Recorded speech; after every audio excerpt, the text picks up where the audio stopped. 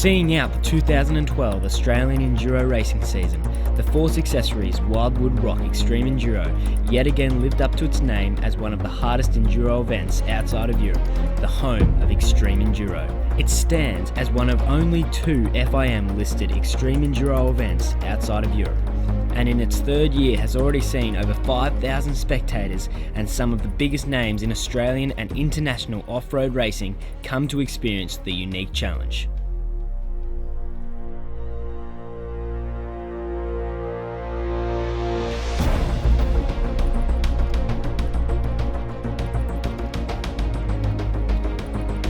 For the event organisers, the event took months of preparation to be ready for the November weekend, with final touches still being made as the sun went down on the event's eve. For the riders, the event starts the day before as they walk the 13-kilometre track, sussing out its uniquely fast-paced format which contrasts with the slower European events that seasoned extreme riders are used to. As they quietly contemplate their lines through the prologue, the infamous rock garden, and of course the hill climbs that Wildwood has become renowned for, a growing nervousness settles on the riders and amongst the campsites. Here, further adjustments are made to their bikes, which range from trail bikes to trials bikes to honed enduro machines. There's the opportunity to mingle with riders who have travelled from all across Australia to participate. And Western Australians Grady Byrne and Nathan Watson are no exception. Oh, just the extreme enduro. That's what everyone comes for. Nah, first one. Yeah, we went for a bit of a walk today. You gnarly hills out there, isn't there? Oh, pretty steep. Sort of makes this look not so hard. Yeah, prologue looks easy. Yeah.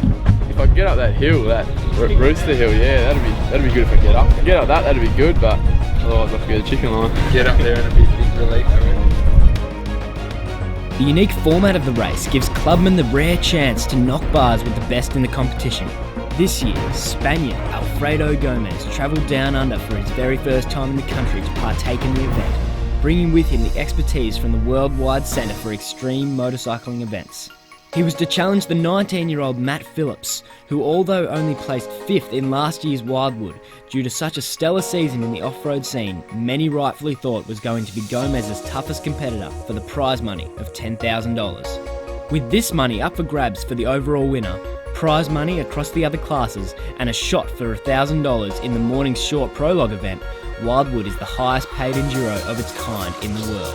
There's intrepidation and excitement amongst the competitors in the morning, hungry for a crack at the money and vying for their spot on the starting grid for the 3 hours. Beater and pro class rider Trevor Campbell coming second only to the renowned Graham Jarvis in the main event last year. With his trials background, he was ready to challenge the motocrosser turned enduro rider Matt Phillips and beat him for the second year running. Good luck, man. I was nervous about doing that rock table, looks like it's fast. All on up and right. Yeah.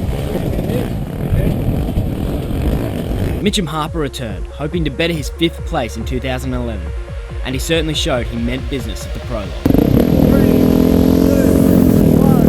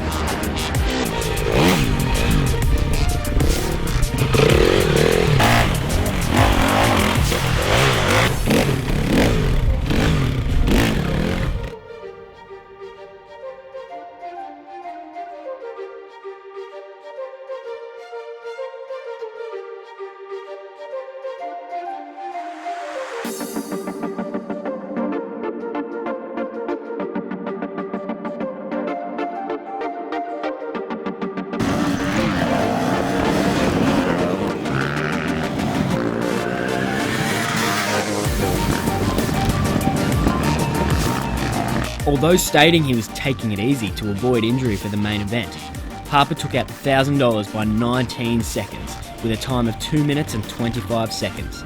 A phenomenal effort to beat Gomez, the 2007 Youth and 2011 Junior Trial World Champion. A much more technical rider in one of the more technical sections of the loop. It was a pretty tough day.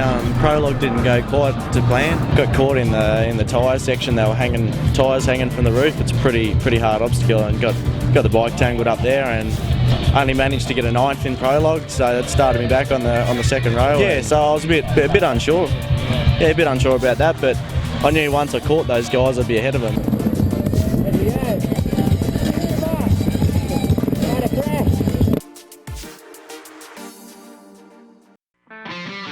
Mitch Harper's win meant lining up on the first row of the grid with expert rider Thomas Tuckerman and fellow pro-class riders Gomez, Dylan Rees and Robert Noah. Surprisingly, the pro-class Timothy Coleman was quite a way back on the grid with a disappointing prologue and would have a battle ahead of him to make up at least a minute to the other front runners. Matt Phillips sat on the second row with Trevor Campbell, giving Gomez a 30-second head start.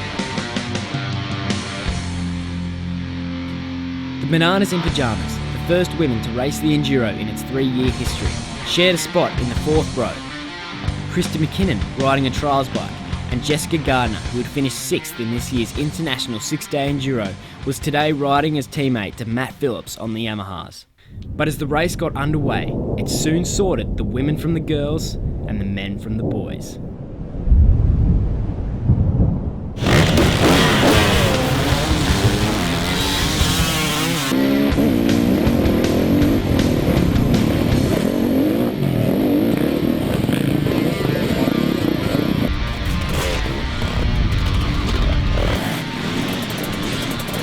No, not too much difficult. Just the wheels. It's a little strange. Yeah, those hanging ones, and then the ones scattered on the ground were a bit of a challenge as well. After reaching the lead early on the first lap, at the first hill climb of the 3-hour slog, Mitch Harper was already out.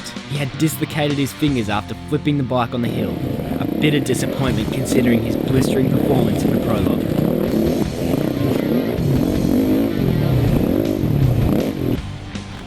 B1, Jess Gardner met her fate early, struggling with bike issues and joining the 9 other riders to DNF in first lap alone. Chris Perry, one of the favourites to win the Clubman class, got a flat tyre on the first lap, putting him back 15 minutes and surely out of the running to take a podium finish.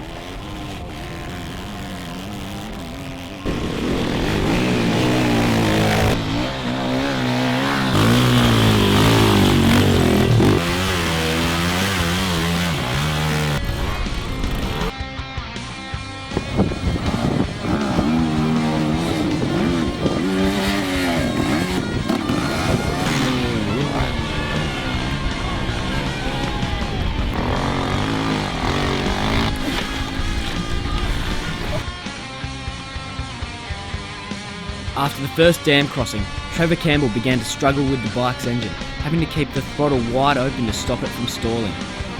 Water had found its way into the bike and it was already looking grim for the 2011 second place getter.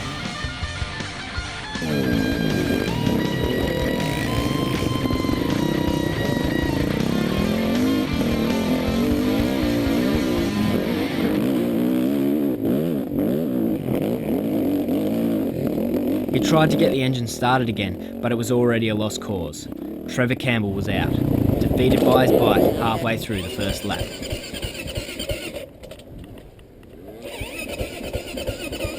All over. Really? Alright, tell Gary got a gulp full of water. Can we tell Gary? Yeah. Speaking to his crew following this, it was found that pushing the engine after the crossing, rather than stopping for a moment, had in fact pushed the water deeper into its workings.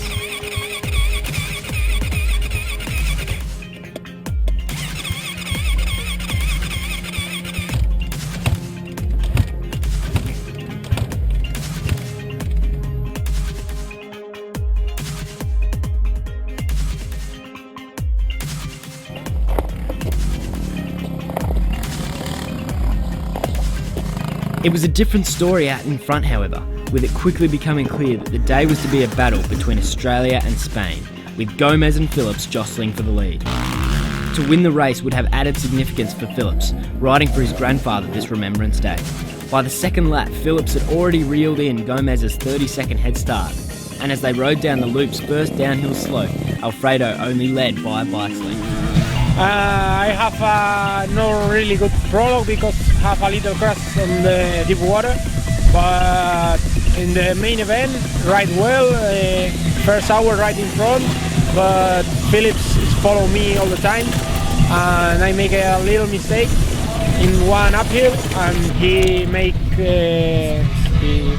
go in front of me, and then I try to follow him. Yeah, I got to have a fair look at him all day. He was really impressive through the rocks.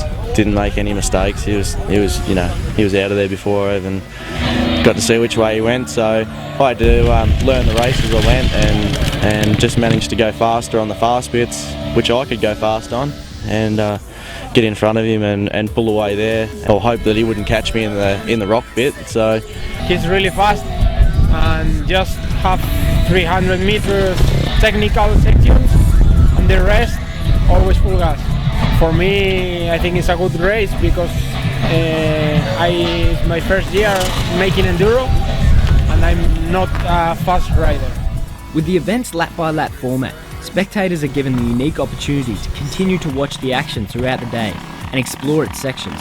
This is very different from the top European extreme enduros such as the Erzberg Rodeo, where the riders seemingly disappear into the depths of the race and return with bikes as if they've been eaten and thrown up by the track's unknown dangers. Wildwood sections also creates a lot of variety for its riders, some suiting the trials rider, some suiting the motocrosser, and of course some suiting the enduro rider. This is why Gomez and Phillips, two very different styles of riders, could only ever have the opportunity to compete against each other so closely at an event like this. In any other format, their preferred styles could change the outcome drastically. At Wildwood, riders on trials bikes are up there with the motocross bikes. There is no right way to do it. The only objective is to finish the race. The track had been designed by the event's manager and creator, Steve Brazel, after he and a few mates spent a day riding up and down the gullies of the area, flipping bikes and competing with each other to see who could make it up the highest. And as they continued from one hill to the next, soon realised they had an impressive enduro track right on their doorstep. He took great care to make the track accessible but challenging to riders of all backgrounds and skill levels, just as it had been when he and his mates realised its potential in the beginning.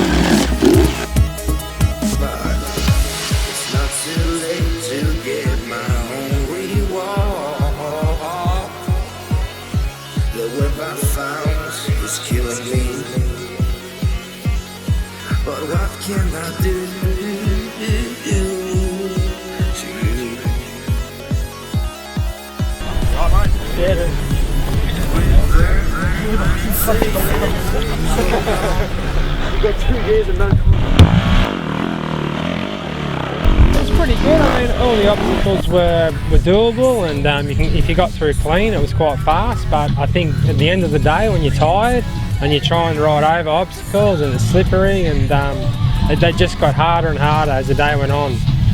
So to me, it felt more like 8 hours than a 3 hour. Brazel decided on the 3-hour format, as it became a greater challenge to hold such a fast pace for its duration, where a single mistake or engine problem makes recovering the time that much more difficult.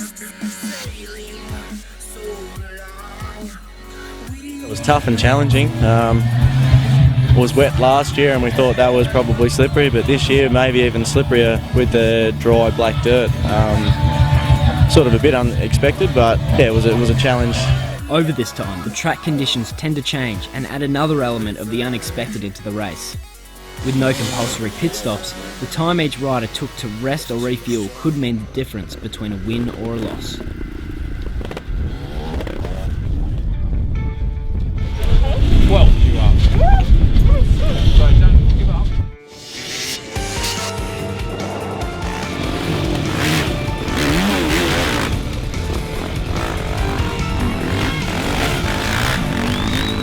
Although having continued to tussle for the lead in the first 5 laps of the race, Phillips began to gain the upper hand as his race fitness and enduro speed got the better of Gomez's finesse through the technicals, pulling away gradually with each lap. However, Gomez was still holding on, and there was no one assuming a winner just yet. In lap 5, Phillips clocked up a best lap time of 20 minutes and 10 seconds, bettering the next best of Gomez's 20 minutes and 39 seconds, which he had achieved in the first lap. This was the 3rd year in a row that Phillips had put down the fastest lap of the race, just going to show how much speed he puts into his races. Only Dylan Rees could come close to the speeds these two were achieving, with a best lap time only 2 minutes slower. Oh, those guys are super quick and, you know, very talented on the bike, so to have those two in front of me, it's, you know, it's a good feeling, and it's good to have those guys at an event like this. Most riders were averaging lap times anywhere between 20 and 40 minutes. So as the race went on, the field was well separated, with some riders being lapped up to 8 times by the front runners.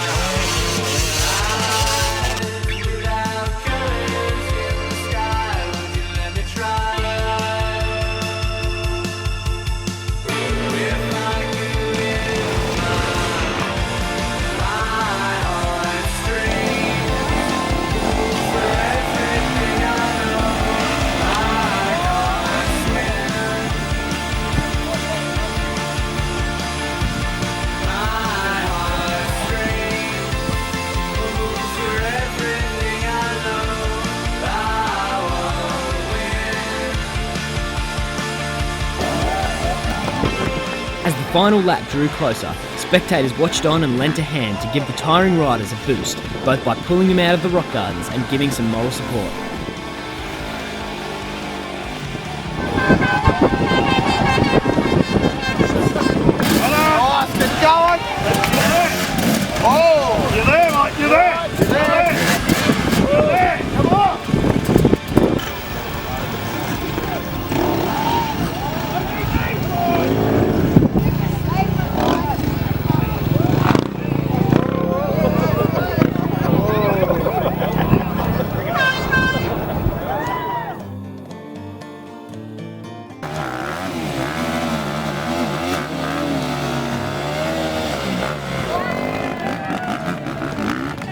Late withdrawal from the event, expert class and 2013 Peter Stevens off-road race team rider Cade Vag was still there to give spectators and riders a laugh with his modified chainsaw.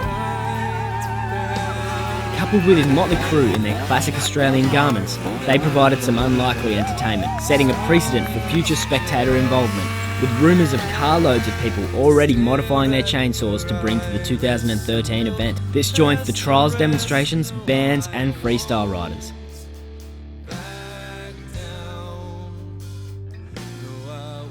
Unfortunately, the windy conditions held the freestyle riders at bay, but it wasn't enough to dampen morale as spectators cheered on the riders for their final lap. The anxious wait began at the prologue section to see whether Gomez or Phillips would arrive first.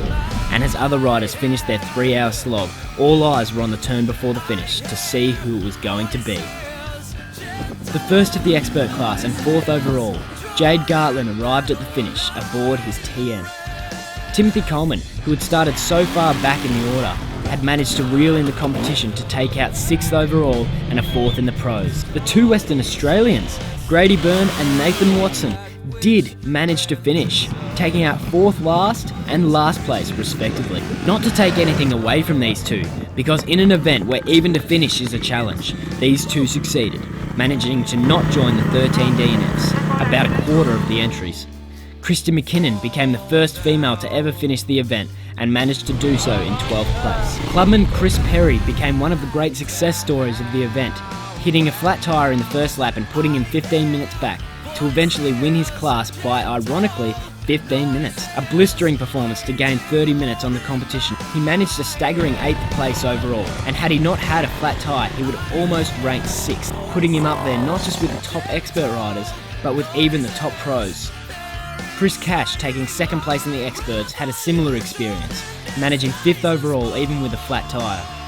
With the roar of the modified chainsaw behind him, and ahead of his chief competitor, it was the Australian, Matt Phillips, who crossed the line first.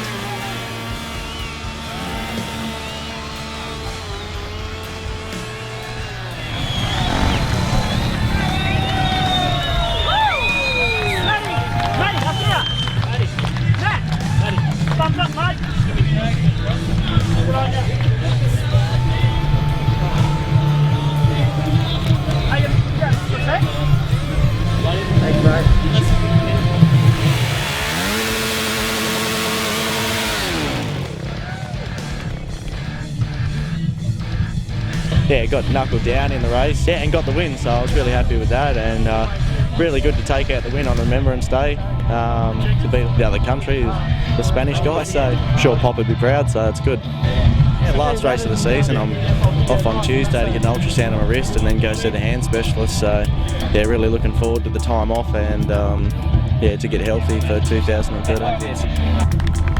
2 minutes and 45 seconds later, Gomez sailed in at 2nd place. They'd both beaten the rest of the field by laps. It's nice. Yeah, it's fun. Too fast, but fun. Yeah, for me it's too fast. Need to training more. The track is too fast? Yeah, the track is fast. And Phillips is too fast rider. Yeah, I'm happy with the 2nd place. I try to come in again. No, fly back tomorrow night. Fast travel.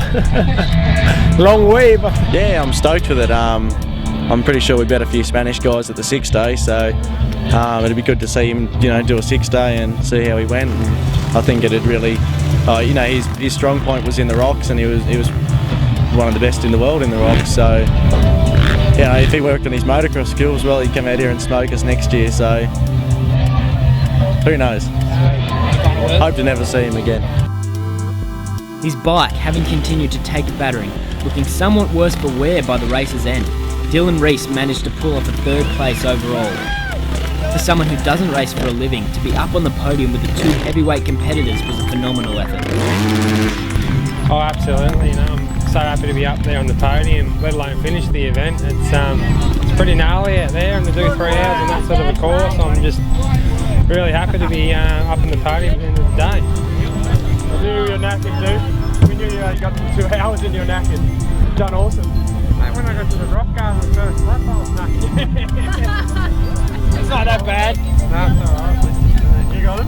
Yeah, cool, that's a good one. Yeah. Awesome, Matty. That's a good list. Alright, Matty. Well done, mate. Thanks for letting me know my chain was off. Yeah, I thought you were going to sit there all day. I was. He did go like over here and there. It was in a prig of a spot to do it too.